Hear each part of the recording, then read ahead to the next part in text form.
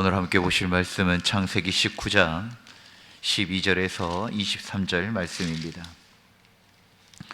창세기 19장 12절에서 23절 말씀입니다.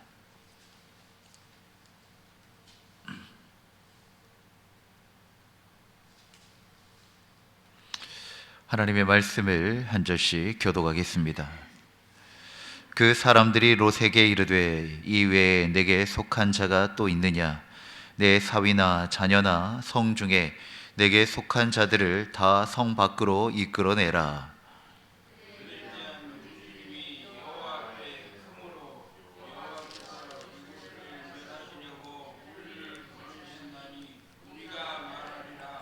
롯이 나가서 그 딸들과 결혼한 사위들에게 말하여 이르기를 여호와께서 이 성을 멸하실 터이니 너희는 일어나 이곳에서 떠나라 하되 그의 사위들은 농담으로 여겼더라.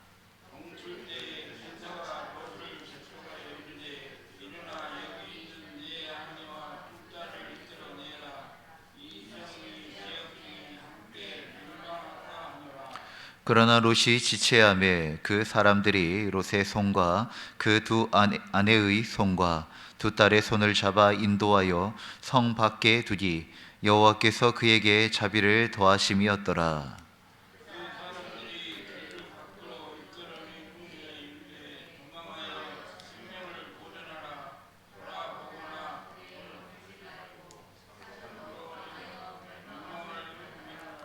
롯이 그들에게 이르되 내 주여 그리 마옵소서.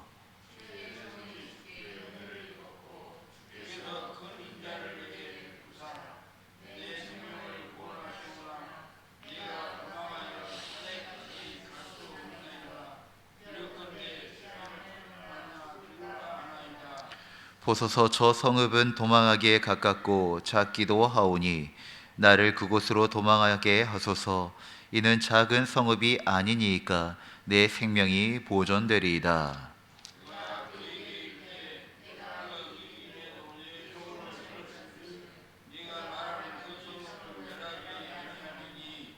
그리로 속히 도망하라. 내가 거기 이르기까지는 내가 아무 일도 행할 수 없노라 하였더라. 그러므로 그 성읍 이름을 소알이라 불렀더라.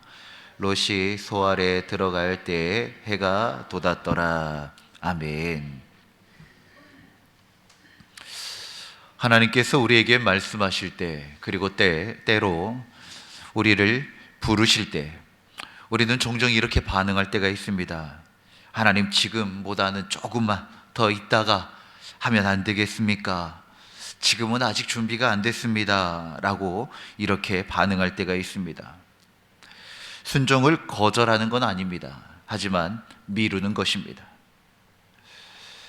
그러나 하나님께서 오늘 말씀하시기를 하나님의 구원에는 분명히 지금이라고 하는 때가 있다는 사실입니다. 오늘 창세기 19장은 소돔의 멸망이라는 그 긴박한 상황 속에서 순종을 미루는 인간과 또 자비로 개입하시는 하나님의 모습이 담겨져 있습니다. 우리는 오늘 이 말씀을 통하여 지금 순종해야 할 하나님의 음성을 미루고 있지는 않는지 오늘 한번 점검해 보는 귀한 시간 되어지기를 간절히 소망합니다. 천사들은 롯에게 분명히 말합니다. 이 성을 멸하러 왔다라고 이야기합니다. 롯은 급히 사위에게 경고하지만 그들은 이 말을 농담으로 여깁니다.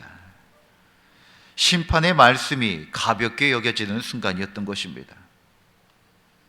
문제는 말씀이 분명하지 않았던 것이 아니라 듣는 사람의 마음이 준비되어 있지 않았다는 것에 있습니다. 하나님의 경고는 언제나 분명하지만 세상에 익숙해진 마음은 그것을 심각하게 받아들이지 않았다는 것입니다. 이렇게 조용한데 무슨 일이 일어나겠는가? 이렇게 살아도 지금까지 아무 일도 일어나지 않았지 않는가? 그런 현재의 익숙함과 그리고 그 평범한 속에서 하나님의 그 경고와 심판의 말씀이 우리에게 계시되었을 때 우리의 마음이 가볍게 여길 때가 있다는 것입니다. 모두 다 아니란 생각들입니다. 단지 하나님의 때가 이르지 않은 것뿐이지 하나님은 모든 순간을 기억하고 보고 계십니다. 그리고 그때가 가까워 구원하실 자기 백성들에게 그의 뜻을, 자신의 뜻을 계시하신 것입니다. 이때 중요한 것이 무엇입니까? 듣는 귀, 듣는 마음입니다. 하나님의 말씀을 듣는 것도 중요하지만 그 내용을 받아들이는 마음, 즉 우리의 태도가 중요하다는 것입니다. 아무리 부드럽게 말씀하셨다 할지라도 그 하나님의 말씀을 가볍게 여겨서는 안 됩니다. 하나님께서 편안하게 말씀하셨다고 하였다고 해서 우리가 그것을 편안하게 들어서도 안 된다는 것입니다. 오늘 우리는 하나님의 말씀을 얼마나 진지하고 진중하게 받아들이고 있는지, 반복해서 듣다 보면 익숙해지고 익숙해지다 보면 가볍게 여겨질 수 있습니다. 사랑하는 성도 여러분, 이 새벽 이 아침은 다시 마음을 깨우는 시간입니다. 하나님 앞에 분명한 우리의 자리와 마음을 바르게 하는 그런 귀하고 거룩한 시간 되어지기를 간절히 소망합니다. 동이틀 무렵에 천사들은 롯을 재촉합니다. 그러나 성경은 이렇게 이야기합니다. 그러나 롯이 지체하매라고 기록하고 있습니다.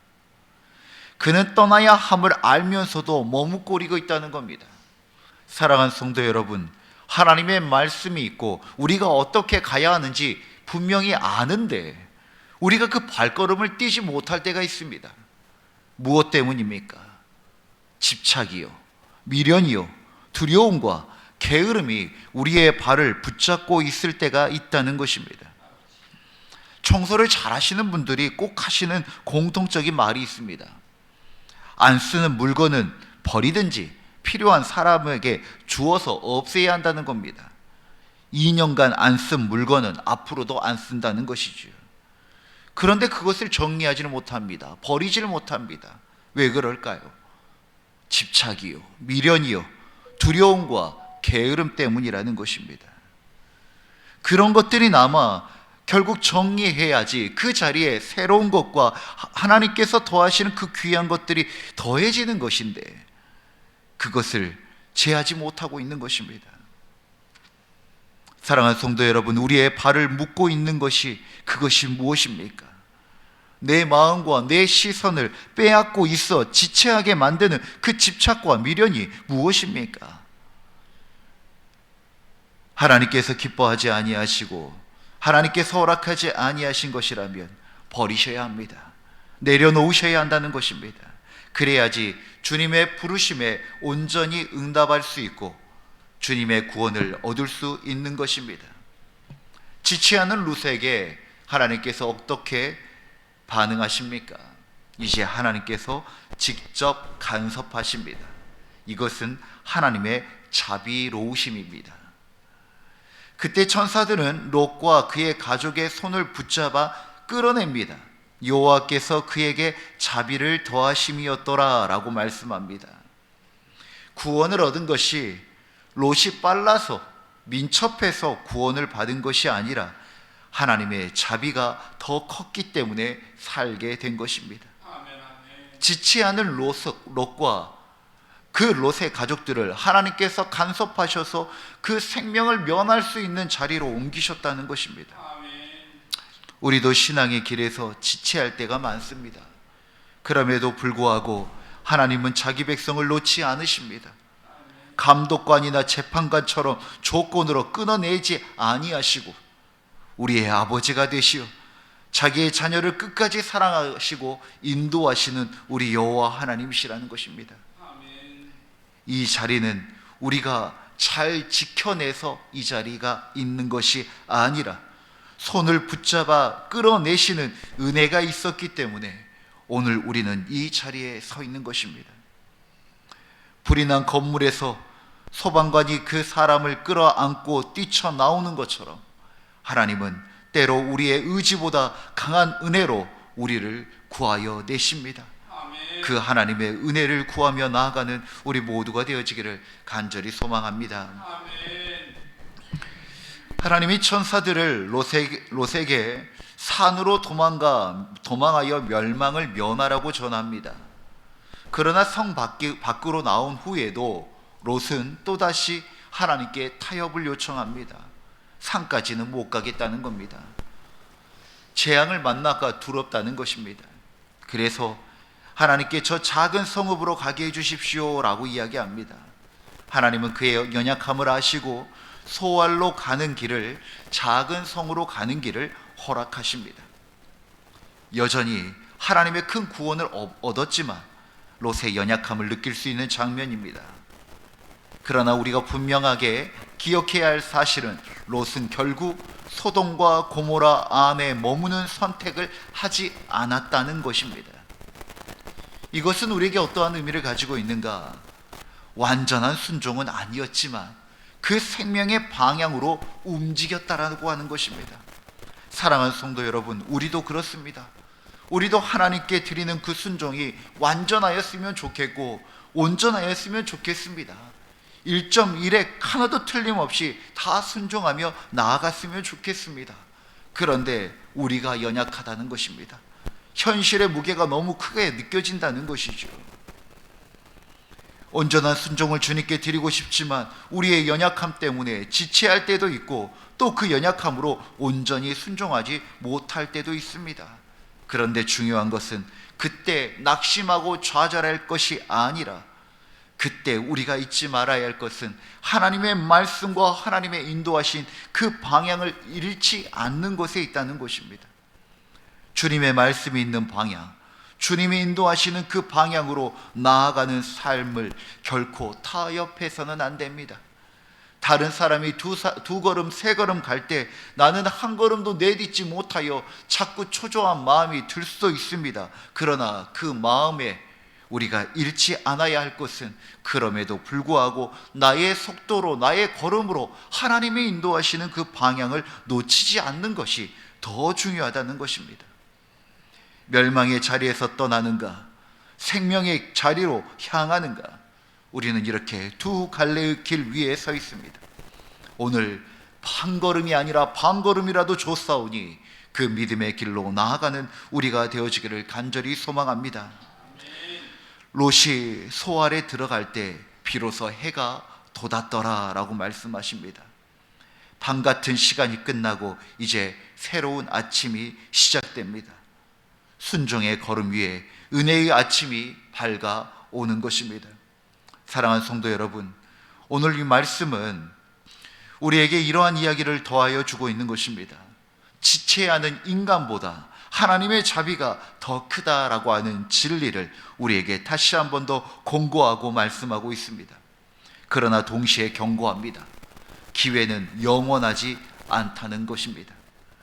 오늘 하나님이 떠나라고 말씀하시는 자리가 어디인지, 내려놓으라고 하시는 그 미련이 무엇인지, 지금 움직이는 것이 순종이며 지금 붙들어 주시는 것이 바로 여호와 하나님의 은혜인지 우리가 분별하여 나아가는 우리 모두가 되어지기를 간절히 소망합니다. 롯이 소알에 들어갈 때 해가 돋았더라. 오늘 이 새벽, 이 아침 우리의 삶에도 은혜의 아침이 밝아오기를 주의 이름으로 축원드립니다. 기도하겠습니다. 자비의 하나님, 우리가 지체할 때에도 손을 붙드시는 주님의 은혜를 감사합니다. 말씀을 가볍게 여기지 않게 하시옵소서. 지금 순종해야 할 음성 앞에 즉각 반응하게 하여 주옵소서. 미완의 순종일지라도 생명의 방향으로 나아가게 하시고 오늘 우리의 삶에 은혜의 아침을 허락하여 주시옵소서. 오늘도 주님의 백성으로, 주님의 자녀로 살아가기를 결정하오며 우리 주 예수 그리스도 이름으로 기도드립니다. 주님이 가르치신 기도로 예배를 마치겠습니다. 하늘에 계신 우리 아버지, 아버지의 이름을 거룩하게 하시며 아버지의 나라가 오게 하시며 아버지의 뜻이 하늘에서와 같이 땅에서도 이루어지게 하소서. 오늘 우리에게 일용할 양식을 주시고 우리가 우리에게 잘못한 사람을 용서하여 준 것 같이 우리 죄를 용서하여 주시고 우리를 시험에 빠지지 않게 하시고 악에서 구하소서. 나라와 권능과 영광이 영원히 아버지의 것입니다. 아멘. 우리의 기도를 주님께 올려드립시다.